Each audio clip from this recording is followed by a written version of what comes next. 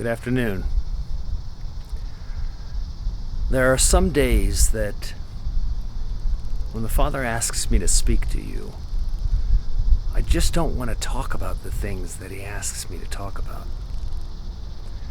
And I don't necessarily know why that I have a rebellion to it. It's probably because I recognize how people will receive it, and I don't want to put that weight on them. But the truth of the matter is, this world is in a very difficult place right now. And most don't even know it. Most people wander about like zombies. They have no clue what is going on. And for good reason. The good reason that they have no clue is because they do not want to know. Because if they know, they must react. Because the divinity within each and every one of us will respond to the negative elements that are within the world. So we would just rather rest in that negativity and stay a part of it. And so when you are negative and you are of the enemy, the last thing that you're going to want to do is be of the Father or hear from Him. I am constantly listening to what He asks me to say. And sometimes I rebel against that, as I did this morning. Because what He wants me to tell you is that you're being lazy. You are not doing your work. You are not rising up and finding Him in you. You are concealing Christ, just as the prophets of old describe that Christ was concealed. In the New Testament, Christ is revealed, and He was revealed through the words of the man Yeshua, or Iseus. Many of you know Him as Jesus. And it may be time for you to consider recognizing that there is no power in the name of a man, but there is power in the name of Christ and Christ alone. Christ was not His last name. Christ was the office that He held when He came. And He descended in order to obtain that office. So He died in order to come here, because this world that we live in is death. Regardless of what anybody thinks, everything in this world dies. Everything in this world has a negative element. The only thing that has a positive element to it is a different level of consciousness. Even your dogs have a higher level of consciousness than most men. That is why they love unconditionally. Yes, your dog is more righteous than most of you. These are hard things to hear. But the elevation of your consciousness to another level, to the level that of Christ, is actually a reversal as to whom you used to be. Because see, you began as Christ. You don't find Christ. You revert back to who you are. The root of who you are is Christ. Because Christ is a conscious state, and it exists at a much higher level than this physical plane that we currently live within. So when I say that I walk with 1 foot on the sand and 1 foot on the sea, that's what I speak of. And I want to make this abundantly clear.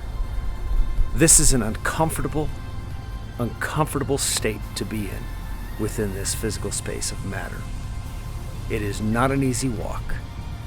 And anyone that thinks it's easy is still paying way too close attention to what the existing church of the Antichrist establishment has been telling you and teaching.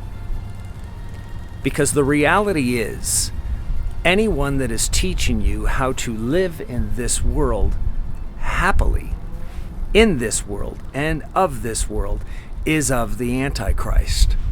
Because Christ isn't of this world. and nothing of it, and nothing in it. Nothing in this physical form is Christ. Nothing at all. It is only the Spirit that is within us, and that is the reflection of the Father. So with that said, understand that most churches today are trying to tell people how to get along within this world. And in essence, they are teaching people to stay in the world. This world is a very uncomfortable place. And great calamity is coming upon this world, primarily because the consciousness of Christ is rising against the consciousness of the enemy, the Matrix.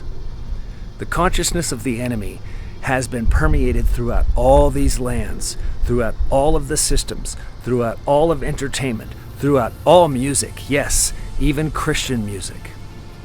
It is everywhere. There is no escaping the enemy's hold. The enemy's hold on this world in this physical form will drive you through what he calls good. You've heard me say many times, and you've heard the line that the road to hell is paved with good intentions. Well, that's precisely what I speak of. It begins as good intentions, and many people begin with good intentions. But any negative outcome, any negative statement, any negative action isn't Christ. This is why the God of wrath from the Old Testament is so honored, so people can justify the wrath and disdain that they have within themselves for everyone around them. Now, believe me, I fully understand how difficult it is to not have wrath and disdain for other people. I fully understand that it's easier to love animals than it is people. And for good reason. Because for the most part, animals, their consciousness, are at a higher state of consciousness. They are closer to Christ than you are. And it's far easier for them to obtain that and to maintain it. Now, as we walk through this life today, as you go through every single moment of this day, I ask that you pay very close attention to every thought and every action that you take. Most importantly, pay attention to your reactions. Because see, character is defined as how we react, not how we act.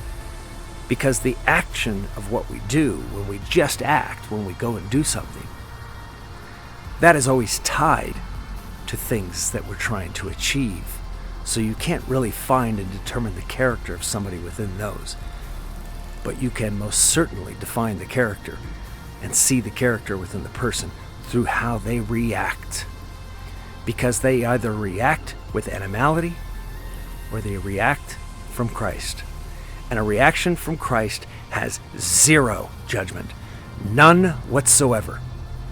So anyone out there preaching that they are judging in righteousness, judging in righteousness in the right mind of Christ, means you're not making a judgment on anyone or anything at all. You are only judging with right judgment within you, whether you should be standing there with that person. You don't judge that person. You judge whether you should be here with that person. Because the sovereignty of your surrounding is the Father within you. The sovereignty of where you stand on holy ground. Wherever you stand is holy ground. Keep it holy by not allowing yourself to make somebody else's ground yours. Do not judge anyone for anything. Judge whether you should be a participant in that. Keep the judgment for yourself and within your surroundings, but do not judge that person, because they are afflicted with this flesh just as you are afflicted with this flesh. Prepare for very troubling times. Prepare for great darkness. There will be a darkness and a void that comes over this earth that is so great you won't see anything. That matter itself will cease to exist before your eyes. It won't just be that there's no light shining on it. It's the fact that nothing will exist. Nothing. Because your consciousness will be in a darkness, in a void. And that will begin the polar shift. That won't just shift your conscious state, but that will shift so dramatically the conscious state of every single person on this planet. Ones that you see and ones that you don't see. And as they come from that darkness, they will recognize that they were in that darkness. And everything they ever thought to be true will be a lie. Everything that they founded themselves on, who they are, will be a lie. And their minds will fail them. They will come out of that darkness like zombies. Count on it. They will be dead, dead, dead. They will be 3 times dead. There will be no life in them. Their soul will also be dead. And the only way that those souls will be awakened would be by the consciousness of the few that have maintained this understanding. That consciousness of these few that have maintained this understanding will be the only light in this world. And only through your consciousness will you be able to wake up the consciousness of those others.